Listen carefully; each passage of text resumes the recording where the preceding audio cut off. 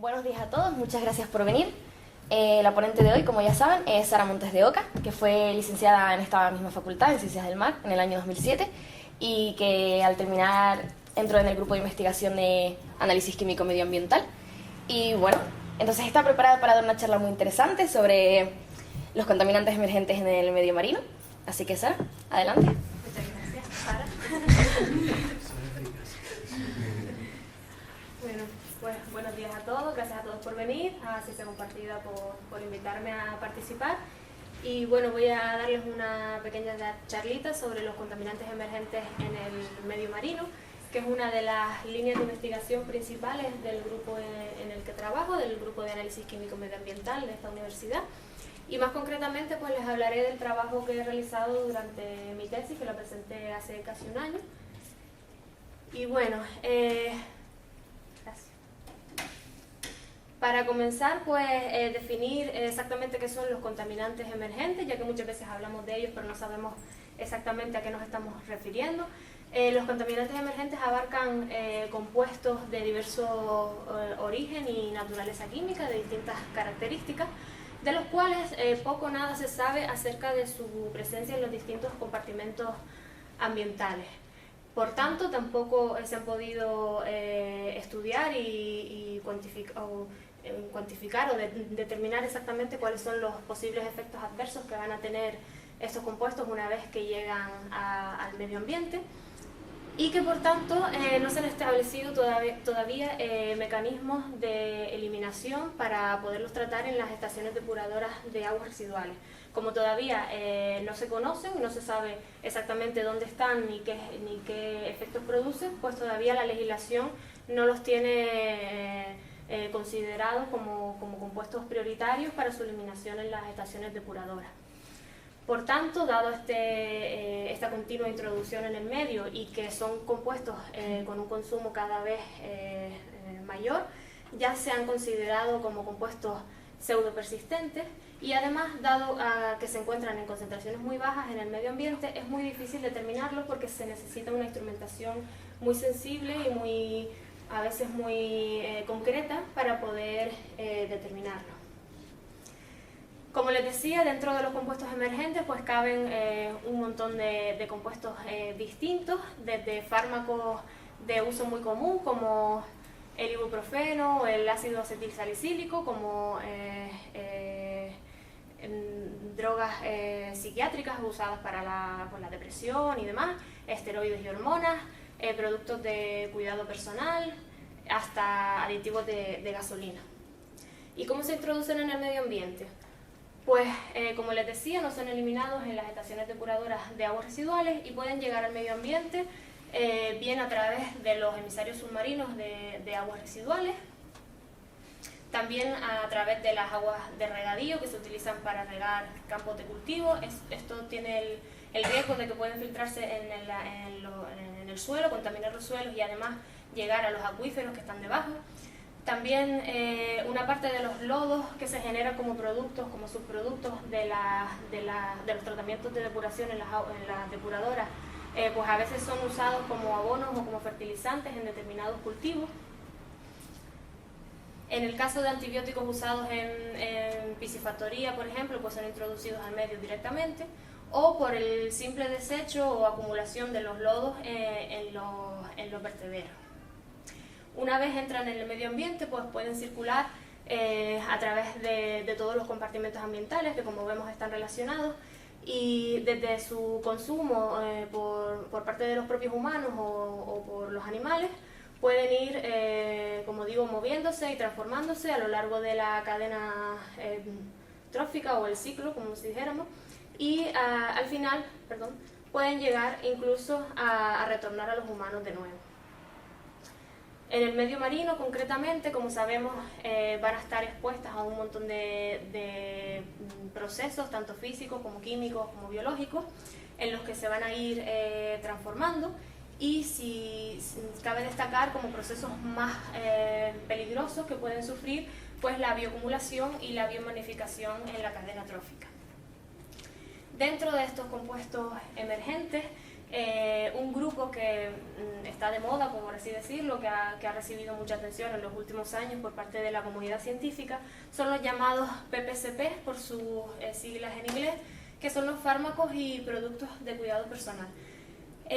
Los productos de cuidado personal son todos aquellos que se utilizan en los productos diarios que usamos, como champú, geles, desodorantes, pastas de dientes, maquillaje, tintes para el pelo, de todo, ¿no? Y entonces el problema que tienen estos productos es que si ustedes cogen un bote de champú y ven la lista de ingredientes que tiene un simple champú, pues es interminable la lista. Entonces, aunque sean en poquitas concentraciones, cada vez que usamos uno de estos productos, la variedad de compuestos que estamos introduciendo en el medio es muy alta, y además pueden incluso tener efectos sinérgicos entre ellos al final, y al final lo que estamos es introduciendo en el medio un montón de compuestos similares pero diferentes que no sabemos cómo se van a comportar una vez estén todos juntos, ¿no? Como si dijéramos. Dentro de los fármacos, para mi tesis doctoral elegimos un grupo de compuestos que se llaman la fluoroquinolona, que son antibióticos, y dentro de los productos de cuidado personal, los benzotriazoles, que son estabilizadores de luz ultravioleta, utilizados, por ejemplo, en los protectores solares. Para empezar con las fluoroquinolonas y definir un poquito lo que son, para que sepamos de lo que estamos hablando, pues como les decía, son antibióticos de amplio espectro, usados tanto en medicina humana como en animales, sintetizados a partir de una generación previa llamada quinolona, y que esta nueva generación, pues aparte de eliminar los efectos secundarios que tenían las quinolonas, las fluoroquinolonas lo que son es mucho más potentes. Entonces se usan en variedad de enfermedades infecciosas, tanto del tracto digestivo como del tracto respiratorio, enfermedades de transmisión sexual, y se usan mucho, la verdad. Se administran entre 200 y 500 miligramos cada 12 horas, esa suele ser la dosis. Y el problema que tienen es que debido a su baja absorción en el tracto intestinal, entre el 60 y el 85% de ellas son excretadas sin ser metabolizadas. Así pueden llegar al medio a través de las estaciones depuradoras, como dijimos antes, y además pueden tener una entrada directa en el medio si se usan en acuicultura o en ganadería. Una vez que llegan al medio, las fluoroquinolonas presentan una gran estabilidad química debido a sus anillos heterocíclicos. Además son resistentes a la hidrólisis y a la biodegradación, y aunque son fotodegradables, todavía las características y los posibles riesgos de estos fotoproductos no está bien estudiada. Así, la presencia en el medio ambiente se ha cuantificado hasta concentraciones de microgramos litros de PPT en ecosistemas acuáticos y microgramos gramos ppb en sedimentos. El principal problema que pueden presentar en el medio ambiente es el desarrollo de cepas bacterianas resistentes al efecto de estos compuestos, y ocasionalmente también se han dado problemas de salud en humanos debido a la movilidad de los compuestos en la cadena trófica. Concretamente, elegimos 5 fluoroquinolonas, caracterizadas todas ellas por presentar un átomo de flúor, que lo que les da es una característica muy importante desde el punto de vista de la química analítica, que es que son fluorescentes, y por tanto se pueden detectar por la técnica de la fluorescencia, que es relativamente barata, asequible para la mayoría de los laboratorios, y que es muy sencilla de utilizar. En el caso de los benzotriazoles, son aditivos empleados tanto en protectores solares como en muchos otros cosméticos y productos de higiene personal, ya que absorben la luz ultravioleta entre el rango de 280 y 400 nanómetros, y que suelen añadirse en concentraciones entre el 0,1 y el 10%. Pueden llegar al medio ambiente a través de los residuos de la HEDAR, igual que la fluoroquinolona, pero también, como se usan en productos de uso externo, pueden alcanzar el medio a través de las descargas de piscinas en zonas muy turísticas como el sur de la isla de Gran Canaria, o la entrada directa en ambientes con poca circulación como playas encerradas, lagos, ríos, etc. Se caracterizan por ser altamente lipofílicos, resistentes a la biodegradación, y además se ha constatado que son bioacumulables y biomagnificables, y se han encontrado concentraciones considerables en grasas de grandes mamíferos como por ejemplo las ballenas. Así, las concentraciones en las que se han encontrado en el medio ambiente llegan hasta los nanogramos litros en ecosistemas acuáticos, microgramos gramos en sedimentos y nanogramos gramos en organismos. En los organismos, el riesgo que tienen es que se ha constatado que tienen propiedades tóxicas, estrogénicas y mutagénicas, y se han visto casos de diferentes especies de peces que tienen problemas de fertilidad y problemas de reproducción debido a la concentración de estos compuestos. En este caso se eligieron 7 compuestos que todos se caracterizan por tener 3 átomos de nitrógeno y un grupo fenol, lo que le hace que todos tengan una retención cromatográfica, unas características químicas bastante similares, y en este caso lo ideal es utilizar como detección el método de la espectrometría de masas, ya que nos permite identificarlos inequívocamente, a pesar de que, como ven, sus tiempos de retención cromatográficos son muy similares.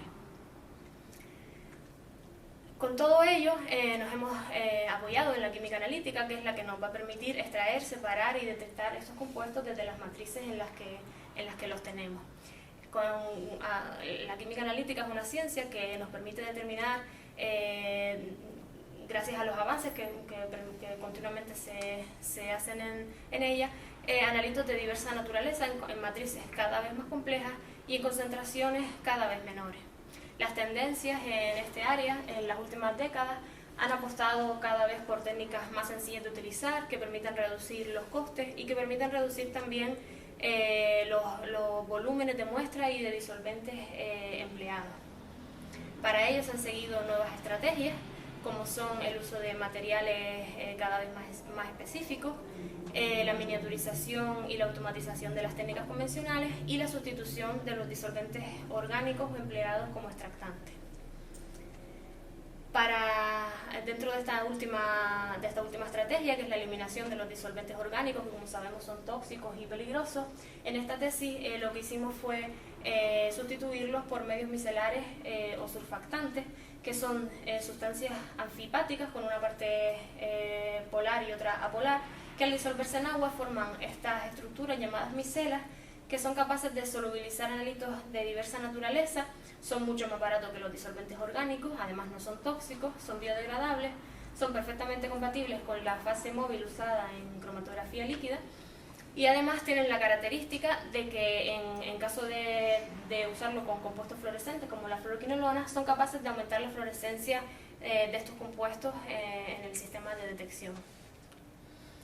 En los medios micelares se implementaron en distintas técnicas de extracción, que ya paso a explicarles muy brevemente, como por ejemplo la extracción en fase sólida, que consiste simplemente en utilizar un cartucho que contiene un sorbente, por el cual hacemos pasar la muestra líquida que estemos analizando, como por ejemplo agua de mar, y eligiendo este sorbente en función de las características químicas de nuestro analito a analizar, pues vamos a conseguir que solo nuestro analito y algunas interferencias sean retenidos en este sorbente, y el resto de la muestra pues la desechamos.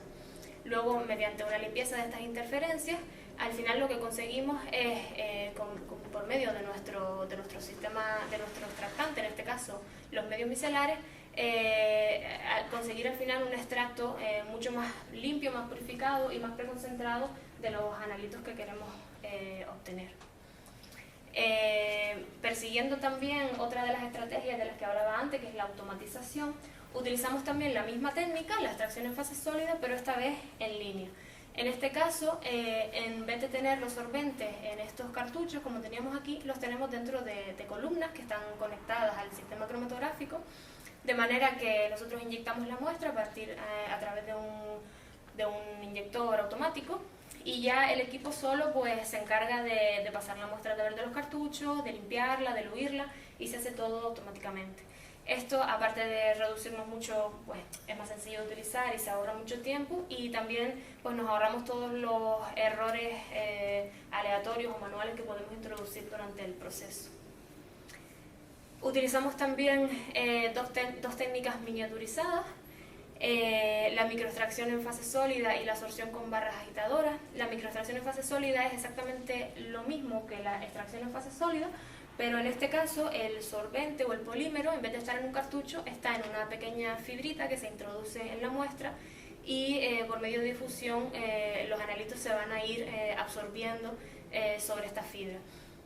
Como les digo, al principio es igual, lo que pasa es que al tener el sorbente mucho más empacado, en una superficie mucho más pequeña, lo hace ideal para aplicarlo cuando tenemos una limitación de muestra, cuando no podemos disponer de 2 litros de agua de mar, por ejemplo, sino lo que tenemos son muestras muy pequeñas, o cuando queremos hacer análisis in situ y transportar el sistema de extracción a la playa o al río o a donde queramos. En el caso de la absorción con barras agitadoras, pues es más o menos lo mismo. Lo que pasa es que presenta una mayor efectividad, una mayor extracción, ya que se trata de sistemas dinámicos. Lo que pasa es que la absorción con barras agitadoras es más nueva que la microextracción en fase sólida, y entonces todavía no tenemos una cantidad de sorbentes distintos aplicables a cualquier analito, como en el caso de la microextracción en fase sólida, pero que sigue mejorándose y sigue investigándose, o sea que en el futuro también tendremos, igual que aquí que tenemos un montón de... que tenemos un montón de sorbentes distintos, pues en el futuro seguramente también tendremos un montón de barritas agitadoras de distintas características. Y por último, para las muestras sólidas, el sistema que usamos fue la extracción asistida por microondas, que es muy sencilla también. Se basa simplemente en añadir el agente extractante, en este caso también un surfactante, sobre una matriz sólida y aplicar energía microondas. La energía microondas va a hacer que los enlaces entre los analitos y la matriz sólida se van a romper, y los analitos van a pasar a la muestra líquida, que ya podemos tratarla como una muestra líquida más. Podemos aplicarle uno de los métodos que vimos anteriormente para extraer y preconcentrar, o llevarlo directamente al cromatógrafo líquido para analizar. Con todas estas técnicas que les acabo de nombrar, analizamos distintas muestras líquidas. En el caso de las fluoroquinolonas, analizamos los efluentes de los distintos pasos o tratamientos de una depuradora. Analizamos agua tanto al final del tratamiento primario, del secundario, como el final. Y bueno, como pueden ver, como era lógico, pues las mayores concentraciones las tenemos al principio del tratamiento, estando en la mayor disminución, la mayor eliminación de los compuestos entre el tratamiento primario y el secundario, es decir, por el tratamiento con lodos activos, mientras que ya entre el tratamiento secundario y el efluente final, pues prácticamente no hay esa disminución. También tuvimos la oportunidad de muestrear en un hospital. Nos ofrecieron una muestra de agua de los efluentes del hospital antes de mezclarse con el alcantarillado público, y entonces nos podemos hacer una idea de cuáles son las concentraciones de fármacos que van a salir de un gran hospital y que se van a mezclar luego con las aguas, con el alcantarillado público. Las concentraciones que encontramos en el hospital fueron muy grandes, sobre todo de la norfloxacina, que es uno de los más usados. Y en el caso de los benzotriazoles, las muestras que analizamos fueron también depuradoras, 7 depuradoras distintas repartidas a lo largo de la isla de Gran Canaria, esta vez solo de los efluentes finales, y 7 muestras de agua de mar de distintas playas también. Como ven, en las muestras de agua de mar se detectaron solo 2 de los 7 compuestos analizados, en concentraciones de hasta 5 nanogramos litro, mientras que en las depuradoras detectamos 6 de los 7 compuestos analizados, en concentraciones de hasta 13 nanogramos litro. En el caso de las muestras sólidas, para las fluoroquinolonas analizamos tanto sedimentos marinos como lodos. El caso de los sedimentos marinos fue muy interesante, bueno, a mí por lo menos me pareció, porque lo que hicimos fue muestrear alrededor de un emisario submarino de aguas residuales, y cogimos muestras equidistantes entre el emisario y la playa, ¿no? Como era lógico, pues las mayores concentraciones están en el punto más cercano al emisario y van siendo cada vez más pequeñas mediante nos vamos alejando hacia la playa. En el caso de los lodos, las concentraciones también fueron significativas. Y por último, en el caso de los benzotriazoles, analizamos también muestras de ese mismo emisario, muestras de lodo de depuradora también, y también quisimos ver si se encontraba alguna concentración en sedimentos de playa, ya que están en los compuestos, en los protectores solares y demás PCP. En este caso no encontramos ninguna concentración en los sedimentos de playa, por suerte estaban por debajo de nuestro límite de detección y no pudimos encontrar nada. Y en el caso de los sedimentos marinos sí se pudieron encontrar 2 de los 7 compuestos, también en los lodos. Con todo ello, pues hemos conseguido trazar una primera idea de cómo está la situación en la isla de Gran Canaria, de ver lo que podemos, de lo que se ha encontrado. Hemos encontrado, pues, en estos muestreos puntuales, pues, concentraciones significativas de las 2 familias. Y bueno, la idea es, partiendo de estos datos, pues dar el salto a los organismos marinos, hacer muestras biológicas, que es lo que nos quedaría por hacer. Y bueno, aparte de mí, el resto del grupo de investigación pues también ha trabajado y está trabajando en otras líneas de investigación, y se han encontrado también pues antifouling en distintos puertos de la isla, distintos fármacos, aparte de los antibióticos, que era lo que yo hacía, pues también analgésicos, antiinflamatorios, y bueno, seguimos trabajando. Muchas gracias por la atención. ¿Me han comentado algo acerca de un proyecto que está relacionado con Omar Cost? ¿De qué se trata? Eso que te lo conteste mi jefe. No tiene que ver con nosotros, exactamente. El Omar Cost es un proyecto de la convocatoria de POCTEFES, que es de colaboración entre España y Marruecos, y eso lo lidera el Instituto Tecnológico de Canarias, Sí. no es nuestro. Mañana sí hay unas charlas, Mañana hay una charla de eso. y bueno, tenemos también una visión de lo que sea un poquito más amplia que esta dentro de ese proyecto. Las charlas son en el Instituto Tecnológico de Canarias, abajo en la España. ¿Alguien tiene alguna otra pregunta que hacer? ¿Qué posibilidades hay de que entren este tipo de productos como, ¿no? en el sistema, en el catálogo de productos que se deben tener cuidado con ellos? Pues por ahora pocas.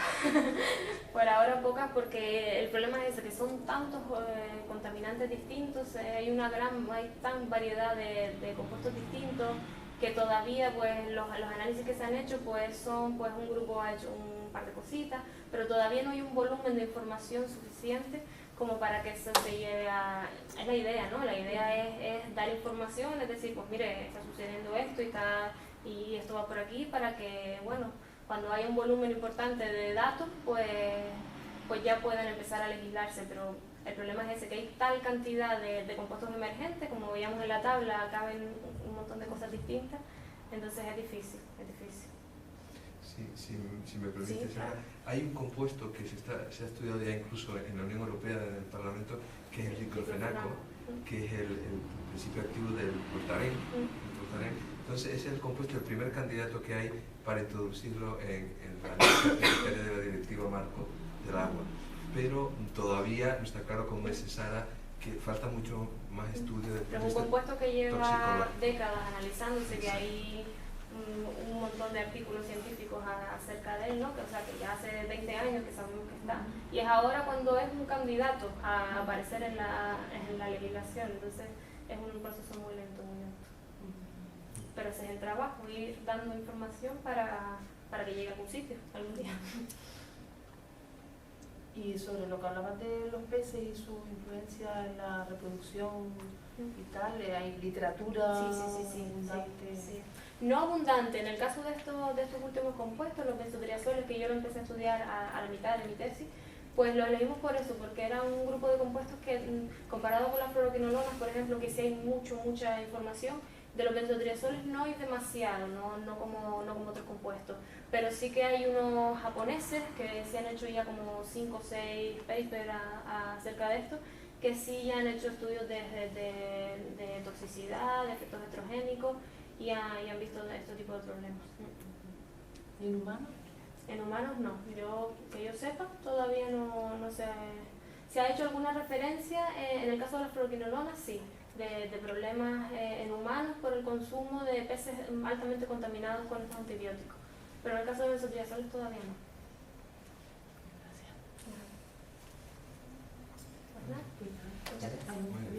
A mí me gustaría comentar el tema de las cosas que has mencionado, el tema de la resistencia a los antibióticos, que se detecta, es decir, en bacterias que están, o sea, una de las cosas que dispara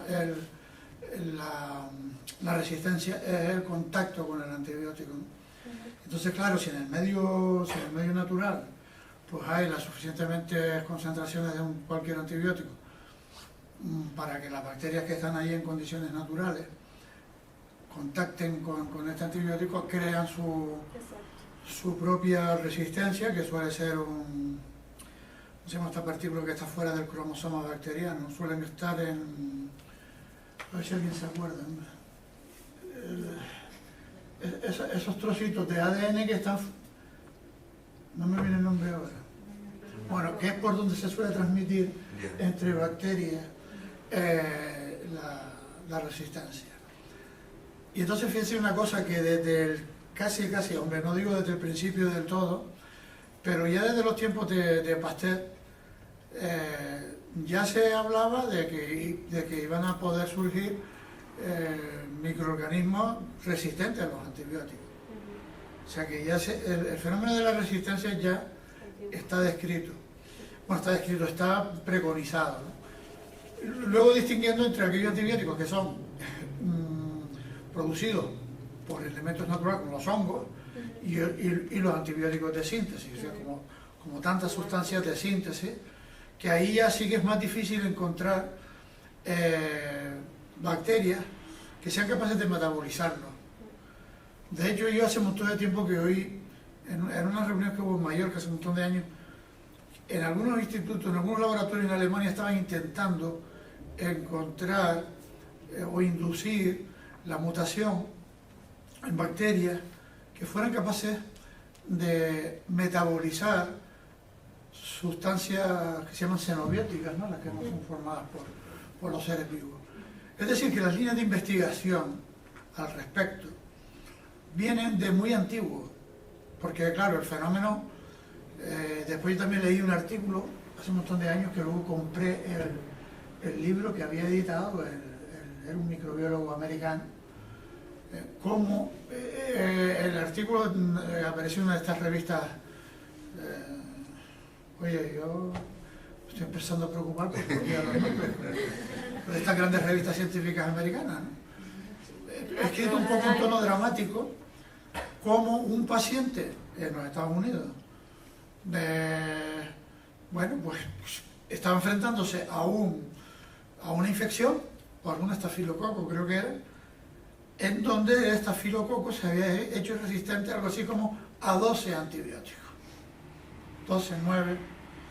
Y el artículo empezaba en un tono dramático, como digo, teatral, como que entraba la doctora a la habitación del paciente a decirle que no había nada que hacer. Que su agente infeccioso estaba, o sea, era resistente a todos los antibióticos. Si lo sentimos, no podemos hacer nada. Claro, esto, lógicamente, cuando las aguas residuales llegan tantas y tantas sustancias como tú has dicho, ¿no? Cuando además a ver cómo lo digo, la cantidad de contaminación que hay en las aguas de baño en estos momentos se están midiendo solamente con dos parámetros bacteriológicos, que son los coliformes, los Escherichia coli y los enterococos. Y supongo que hay legislación para el control de todas estas otras sustancias.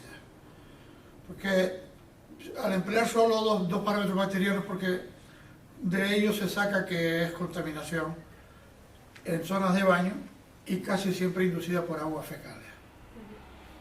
Residuos de depuradora, vertidos directos. Tú pusiste una foto de una zona una foto de las que yo vi en Taburito. Sí. el emisario. Porque al principio yo me creí que era en Telde, el barranco real de Telde, donde hay una cloaca así de gorda, No, el emisario de la que yo he hablado en en este mismo escenario. Y ahí sigue la cloaca, ¿no? Y nosotros seguimos tirando cosas y guardando antibióticos en casa. Pues se me estaba ocurriendo, voy a acabar, porque si no yo acabo todo, se me estaba ocurriendo que puede llegar un momento, o debería quizás a lo mejor llegar un momento, en que los antibióticos solamente fueran administrados en hospitales.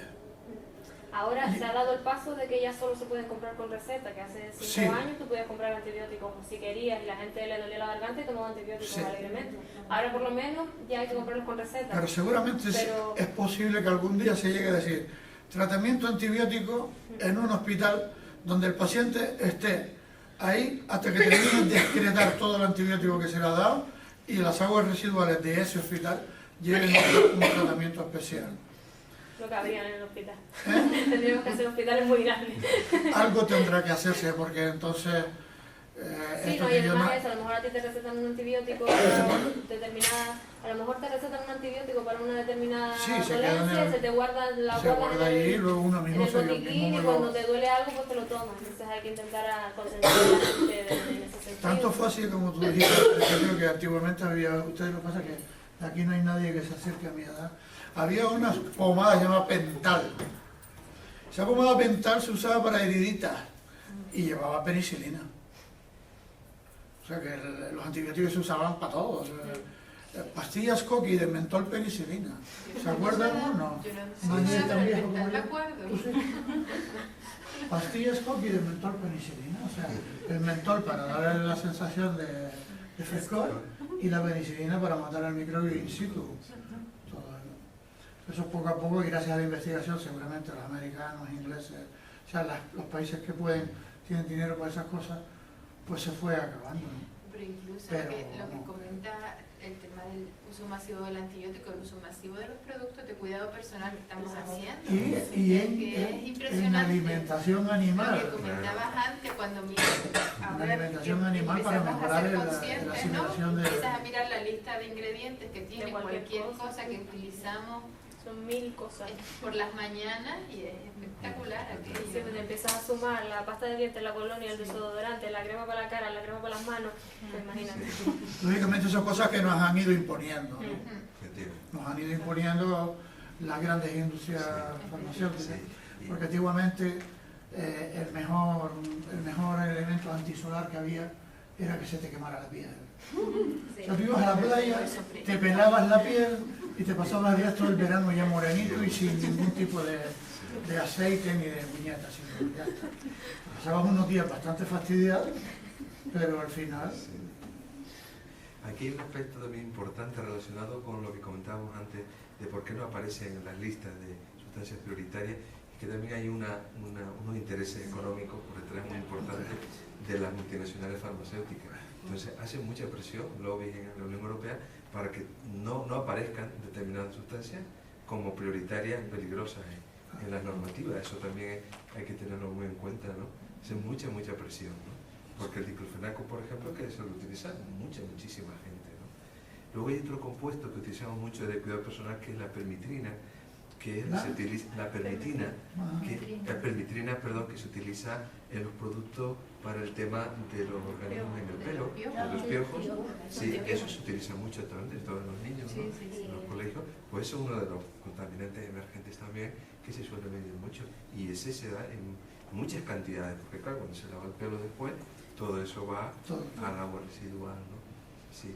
El tema es que es tan grande la cantidad de productos, ¿no?, que estamos vertiendo, que las depuradoras no tienen capacidad, ni los tratamientos son capaces de eliminar la mayor parte de ellos. Pero no solamente que no se eliminen, sino que se producen productos de degradación en esos tratamientos que a veces son más tóxicos que los productos iniciales. Ese es otro de los problemas importantes de la... Ese caso está descrito en la utilización del cloro en el tratamiento terciario de las depuradoras. Hay una lista, sigue hace un montón de años que la vi yo. Por eso algunos empezaron a sustituyeron el cloro por el ozono, que es O3 y es un oxidante tremendo y se carga. Pero el flúor, el cloro, crea cloraminas. Por ejemplo, con la lista me llamó la atención en un artículo americano, sería una lista enorme de aquellas sustancias, incluso cancerígenas, que podrían ser inducidas a su creación por el uso del cloro. Y ha sido por eso por lo que se dejó de utilizar en muchos sitios de los Estados Unidos. Y la gente dice, ¿por qué no hay un terciario? Porque mira, puede ser hasta más peligroso. Indudablemente las aguas residuales, el tratamiento primario es la sedimentación y todas estas cosas. Y en el secundario es ir a cargarse la mayor parte posible de materia orgánica, pero los elementos bacteriológicos, sí, algunos morirán, pero quedan todos. Lo importante es sacar al máximo la materia orgánica. Cuando se vierte en el medio, bueno, pues ya en fin, quedan las bacterias que se irán diluyendo. El problema es cuando lo que se vierte directamente son aguas sin depurar, aguas brutas. Y aquí tenemos puntos donde se siguen tirando. Y yo voy a seguir insistiendo en lo que ya dije antes. En el barranco real de Telde sale una cloaca enorme que está contaminando la playa de la Garita. Y eso ya yo lo dije aquí una vez.